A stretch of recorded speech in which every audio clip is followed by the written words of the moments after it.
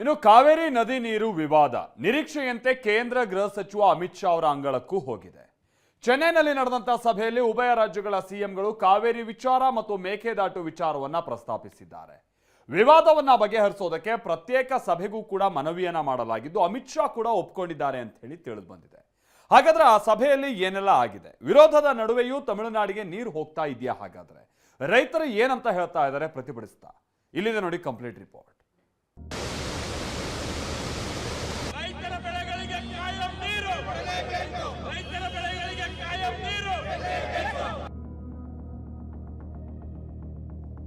ತಮಿಳುನಾಡಿಗೆ ಕಾವೇರಿ ಬೋರ್ಗೆರೆತ, ರೈತರ ಜಮೀನುಗಳಿಗೆ ನೀರು ಕಡಿತ.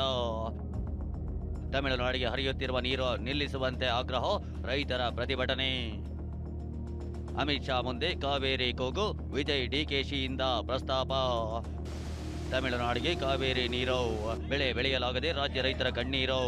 ಅಮಿತ್ ಶಾ ಮುಂದೆ ಕಾವೇರಿ ವಿಚಾರ ಪ್ರಸ್ತಾಪಿಸಿದ ಸಿಎಂಗಳು.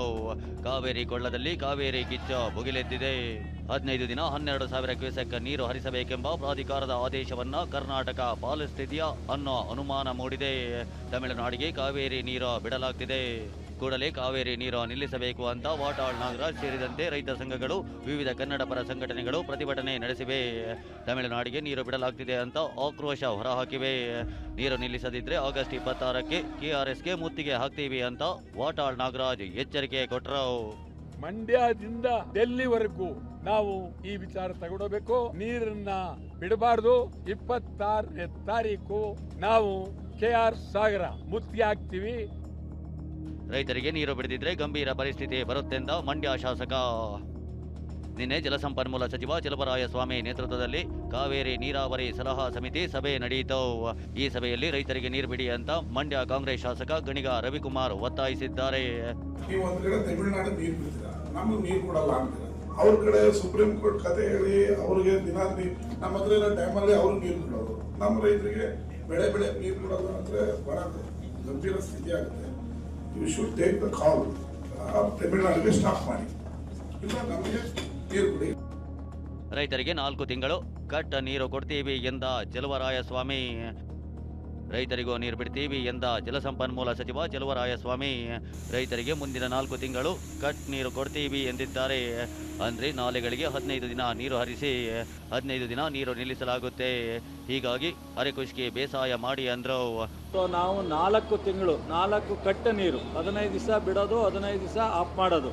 ಬಟ್ ಮಳೆ ಮತ್ತು ಡ್ಯಾಮಿನ ಪರಿಸ್ಥಿತಿ ನೋಡಿ ನಾವು ಮುಂದೆ ಹೆಚ್ಚಿನ ಮಾಡ್ತೀವಿ. ಬಟ್ ಆದರೆ ಇವತ್ತಿರ್ತಕ್ಕಂಥ ಪರಿಸ್ಥಿತಿನಲ್ಲಿ ರೈತರು ಅರೆ ಕುಷ್ಕಿಯನ್ನು ಮಾಡಬೇಕು. ರಾಗಿ ಅಥವಾ ಉರುಳಿ ಅಥವಾ ಹೆಸರು, ಕಡಲೆ ಆ ಥರದ್ದನ್ನು ಬೆಂಗಳೂರಿಗೆ 40 TMC ಏನು ಬೇಕಾಗ್ತದೆ ಅದನ್ನು ಗಮನದಲ್ಲಿಟ್ಕೊಂಡು ಎಲ್ಲ ನಗರ ಪ್ರದೇಶಗಳು, ತಾಲೂಕು ಮತ್ತು ಕೆಲವು ಮಲ್ಟಿ ವಿಲೇಜ್ ಸ್ಕೀಮ್ಗಳು ಸಹ ಗಮನದಲ್ಲಿಟ್ಕೊಂಡು ಈ ತೀರ್ಮಾನವನ್ನು ತಗೊಂಡಿದ್ದೀವಿ.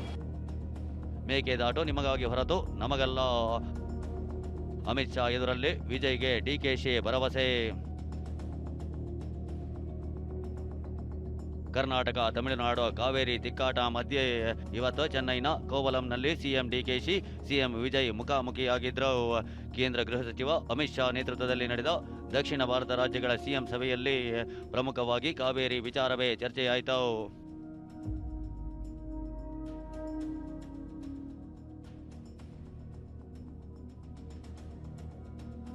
ಮೇಕೆದಾಟು ಅಣೆಕಟ್ಟು ನಿರ್ಮಾಣ ಕೈಬಿಡಬೇಕು ಅಂತ ಸಿಎಂ ವಿಜಯ್ ಒತ್ತಾಯಿಸಿದ್ರು.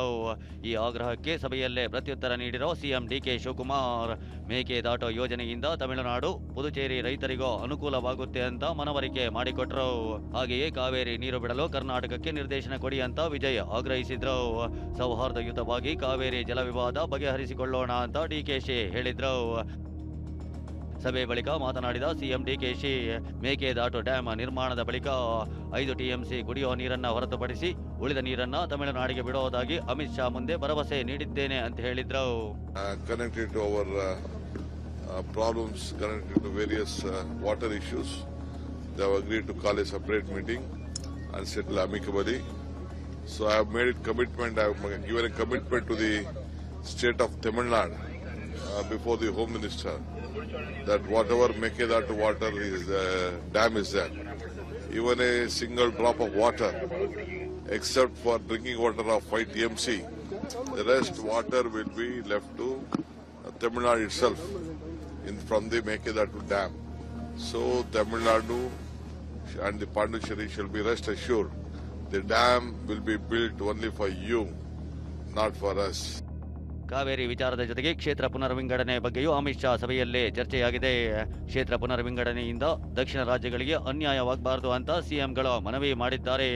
ಹಾಲಿ ಸಂಸತ್ ಸೀಟುಗಳ ಆಧಾರದಲ್ಲಿ ಮಹಿಳಾ ಮೀಸಲಾತಿ ಜಾರಿಗೆ ಪಟ್ಟು ಹಿಡಿದಿದ್ದಾರೆ.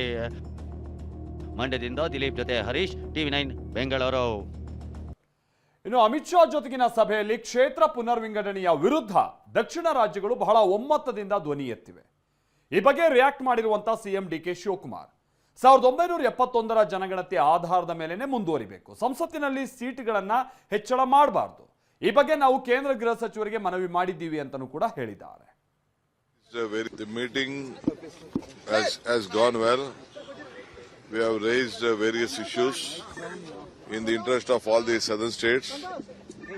We have appealed to the Union Home Minister that we wanted to see that 1971 census should be there and no increase in the parliament.